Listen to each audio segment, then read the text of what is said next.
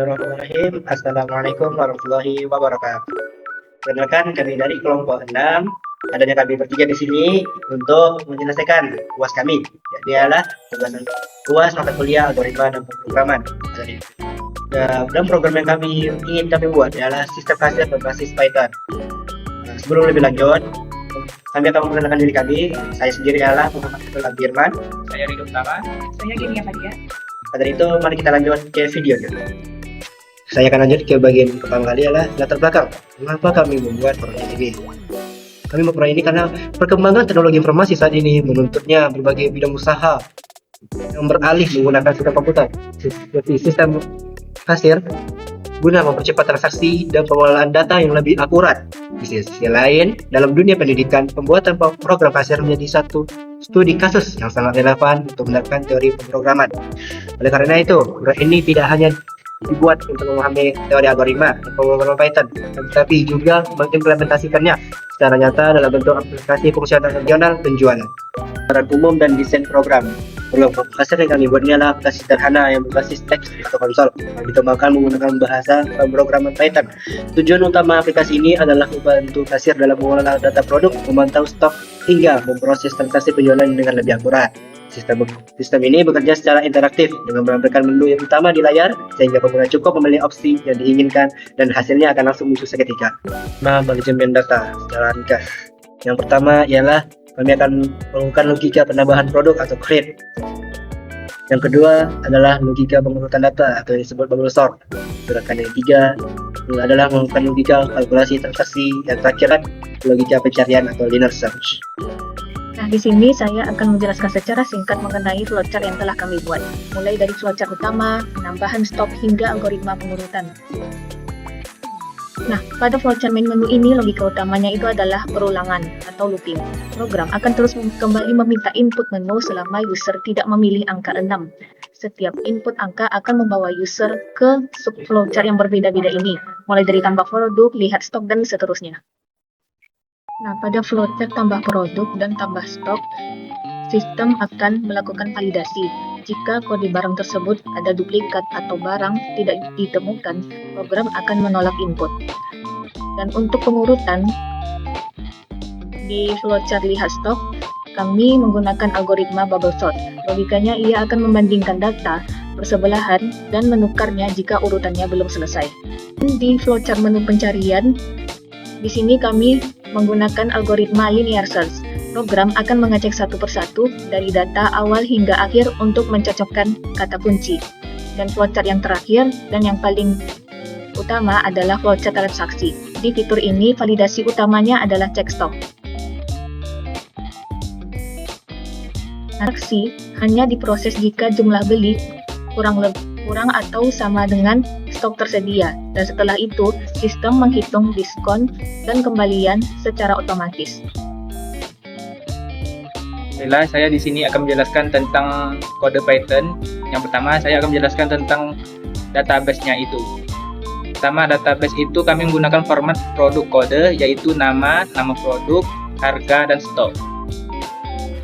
Program kasir ini diawali dengan database yang digunakan untuk menyimpan seluruh informasi produk yang nanti akan digunakan pada fitur transaksi, pencarian, penambahan stok, dan penampilan data. Kode programnya itu berbasis kode, nama, harga, dan stok. Kode itu sebagai key atau kode produk yang berisi value atau nama-nama produk, harga, dan stok. Contoh produknya itu AC charger fast charging 25 watt yang berisi kode ACC01 dengan harga 250.000 dan stok sebanyak 30. Alasan kami menggunakan dictionary ini agar dia bisa mengakses data dengan sangat cepat dan mudah diupdate, cocok untuk sistem kasir. Kami menggunakan format standar agar lebih mudah diupdate dan menyimpan data inputan. Baiklah, setelah kita membahas tentang database, selanjutnya kita akan membahas tentang fungsi tambahan. Fungsi tambahan yang pertama yaitu fungsi input tanpa spasi. Fungsi ini menerima input yang tidak boleh kosong dan tidak ada spasi. Penjelasan sederhananya itu, program akan meminta input. Terus, jika inputan itu kosong atau mengandung spasi, maka input akan ditolak. Jika inputan itu sudah benar, maka input diterima.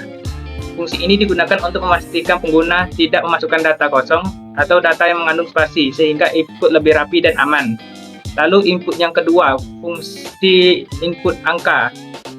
Fungsi ini memastikan inputan hanya berupa angka.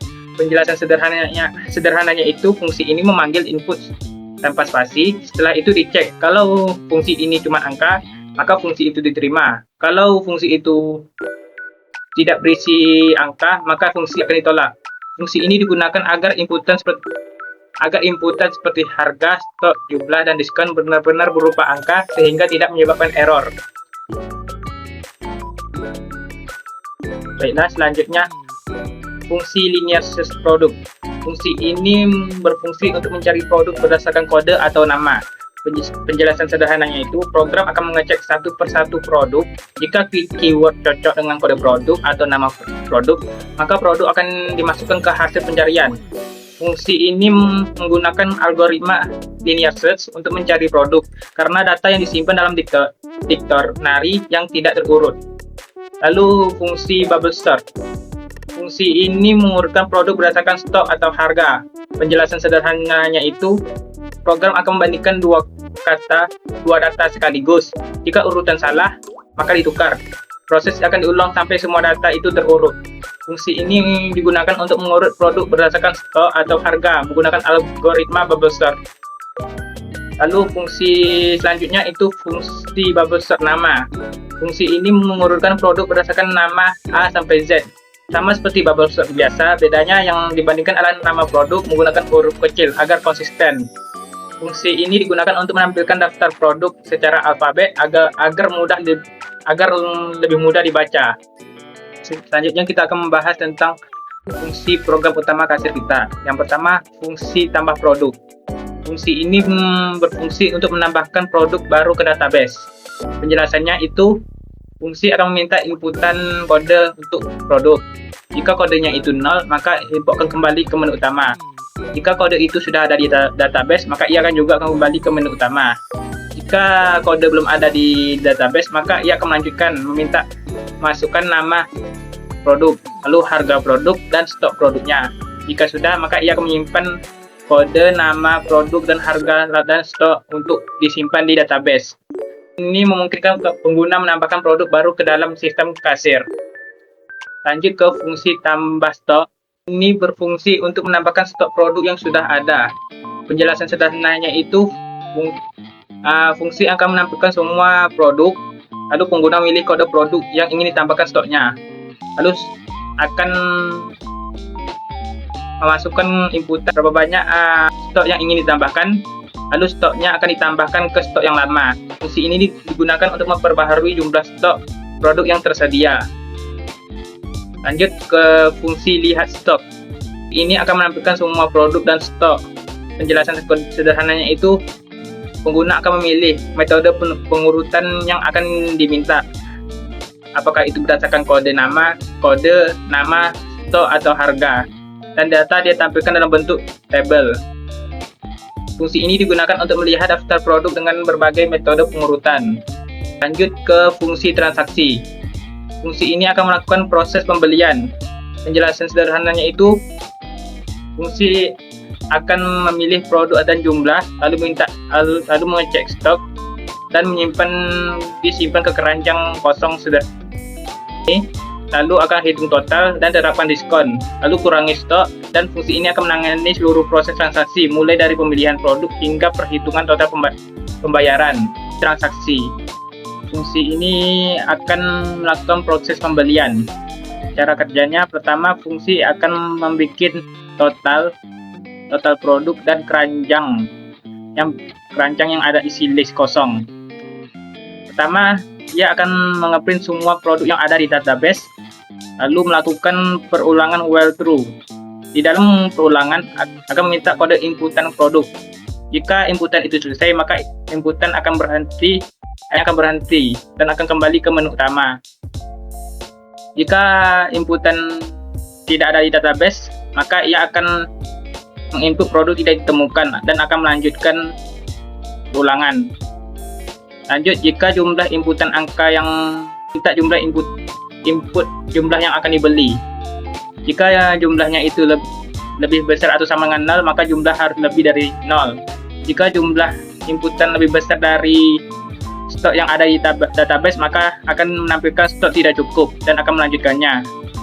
Lalu ia akan melakukan perhitungan harga dan subtotal dan akan memasukkan ke keranjang.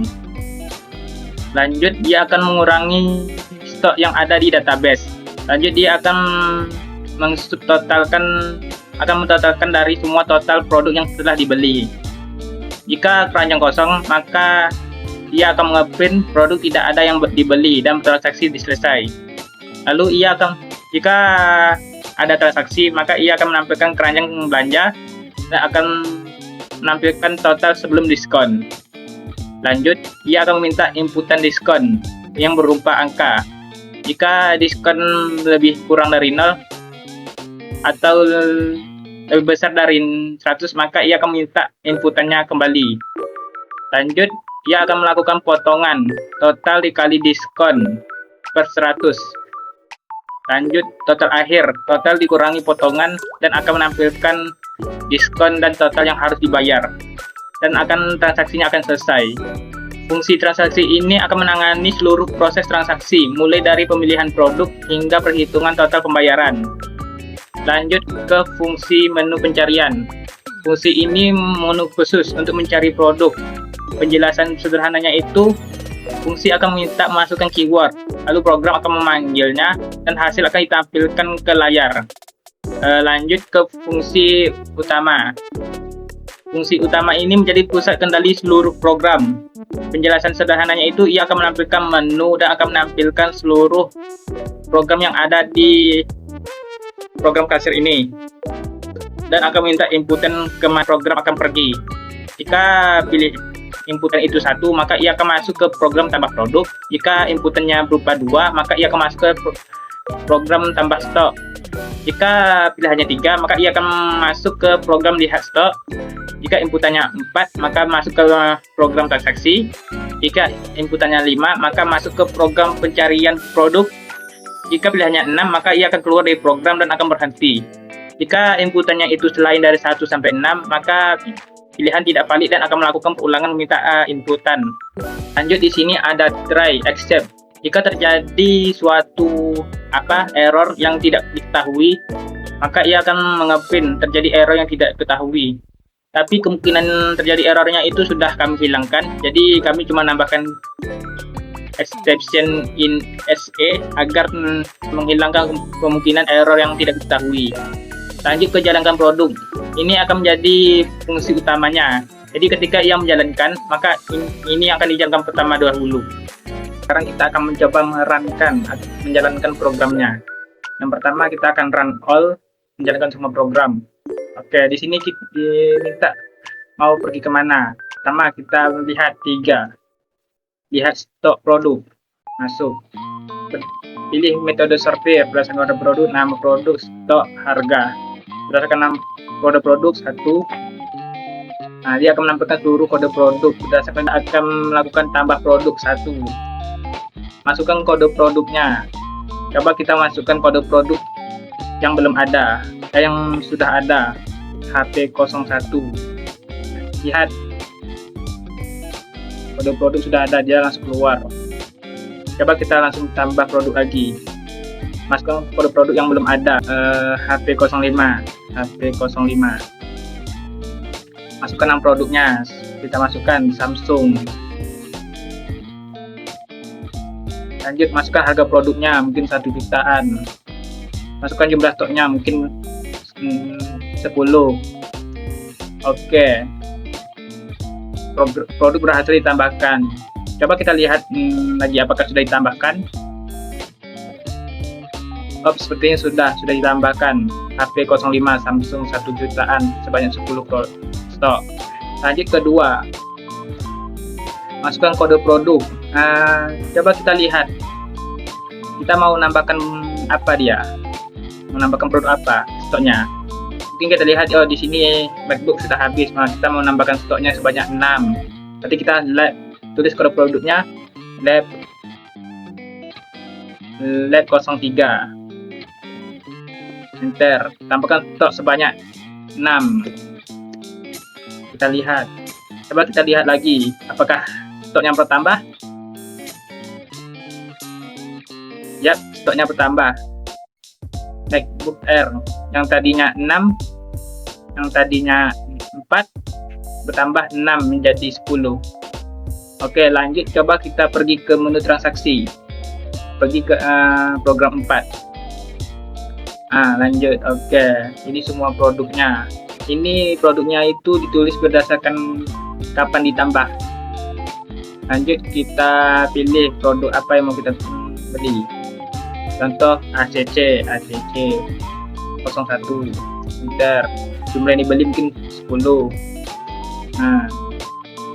Ditambahkan subtotal banyak punya. Lalu tambahkan mau produk berapa lagi, mungkin produk iPhone HP 02. Kita ambil sebanyak lebih dari stok yang ada. Ini 7 kan, coba kita ambil 8. Kita ambil jumlah yang dibeli 8. Stok tidak cukup, berarti nggak bisa. Coba kita lanjut cari HP. Coba kita mencari produk yang nggak ada, contoh HPP. Contoh inilah, produk tidak ditemukan. Oke, kalau sudah selesai, capek selesai. Enter. Oke, totalnya masukkan diskonnya, mungkin diskonnya 10% saja. Oke, diskonnya 250.000, total yang harus dibayar itu 2.250.000. Lanjut ke cari produk. Oke, kita cari produk berdasarkan kode atau nama. Pertama, coba berdasarkan kode. Coba HP03.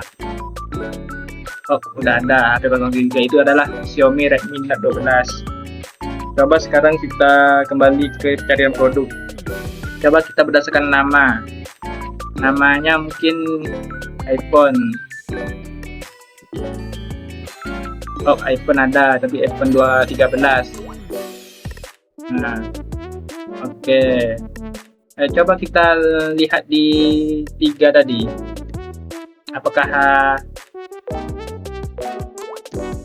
Apakah berkurang saat kita beli produk tadi? Contoh tadi kita kan beli charger. Ini sebanyak 10. Tadi sebelum kita beli itu sebanyak berapa banyaknya? Oh, 30. Berarti kurang 10 dia. Ya, soalnya kita belinya 10 buah. Jadi kurangnya 10. Oke, berikut saja penjelasan tentang program kami. Terima kasih. Assalamualaikum warahmatullahi wabarakatuh.